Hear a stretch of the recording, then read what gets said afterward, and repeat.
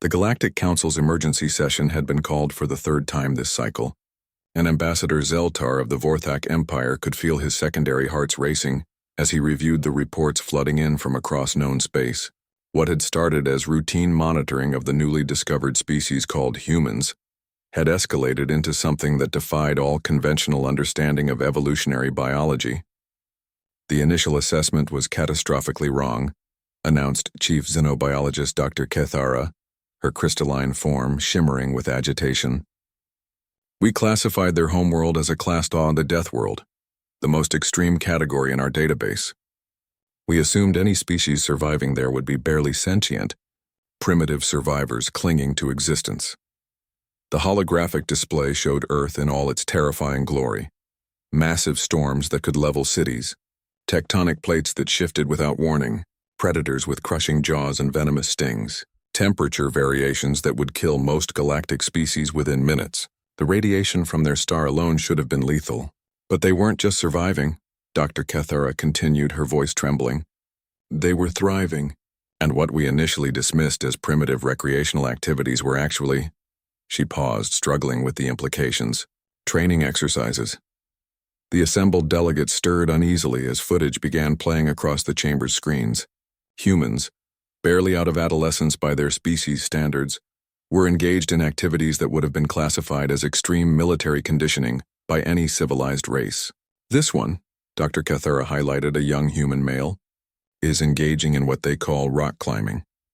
He's ascending a vertical stone face using only his appendages, with nothing but a thin rope to prevent a fatal fall. The gravitational force on their world would crush most of our species, yet he treats this as entertainment. More footage rolled. Humans throwing themselves from aircraft with fabric wings, diving into crushing depths of toxic water, running for vast distances across scorching deserts that would kill a Vorthak in hours.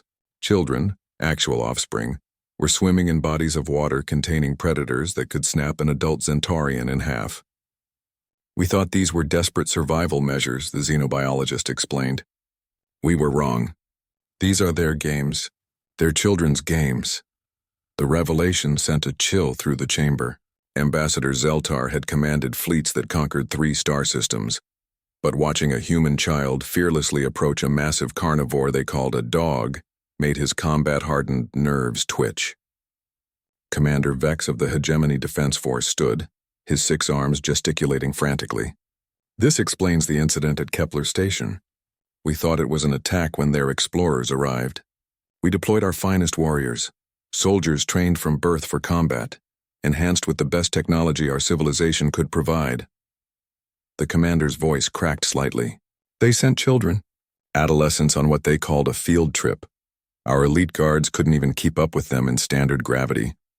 When we challenged them to combat trials, thinking to demonstrate our superiority, they treated it like a playground activity.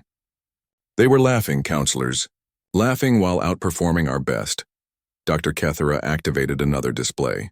Their physiological adaptations are beyond our models. Redundant cardiovascular systems, bones denser than our armor plating, reflexes honed by a world that attacks them constantly. Their adrenaline response, a chemical their bodies produce under stress, enhances their capabilities to levels that would require significant technological augmentation for any other species. But it's not just physical, interjected cultural analyst Yipthan. Their psychology is equally remarkable. Where we would develop trauma from their environment, they developed resilience. Where we would become cautious, they became adventurous. They actively seek out danger, not out of necessity but for enjoyment. The analyst's data streams painted a picture that challenged everything the galaxy thought it knew about intelligent development. They have activities they call extreme sports, deliberately dangerous pursuits they engage in during leisure time, jumping from great heights, racing at lethal speeds, fighting each other in organized combat for entertainment. What we classify as survival horror scenarios they call fun. A low murmur of disbelief rippled through the chamber. Species that had spent millennia carefully engineering safe environments and eliminating danger from their worlds were confronted with beings who actively sought it out. The implications are staggering, Dr. Kethara concluded. If their recreational activities produce this level of capability, what might their actual military forces be capable of? We've been monitoring their special forces, elite warriors who undergo training that would be classified as torture by 17 different galactic treaties. Ambassador Zeltar finally found his voice. Recommendations?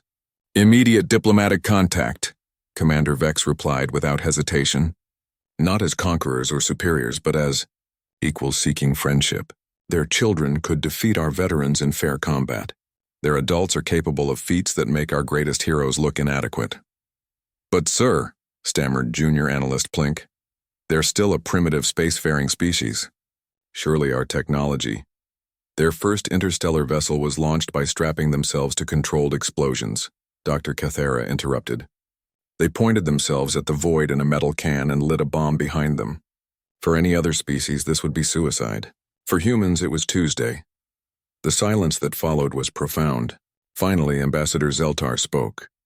Draft a first contact protocol emphasizing peaceful intentions and mutual respect. And someone find out what else these humans consider children's games. The galaxy needs to know what we're dealing with. As the council dispersed, each delegate carried the same sobering realization. They had discovered a species that treated their nightmares as entertainment, and their Deathworld had produced the most formidable beings the galaxy had ever encountered.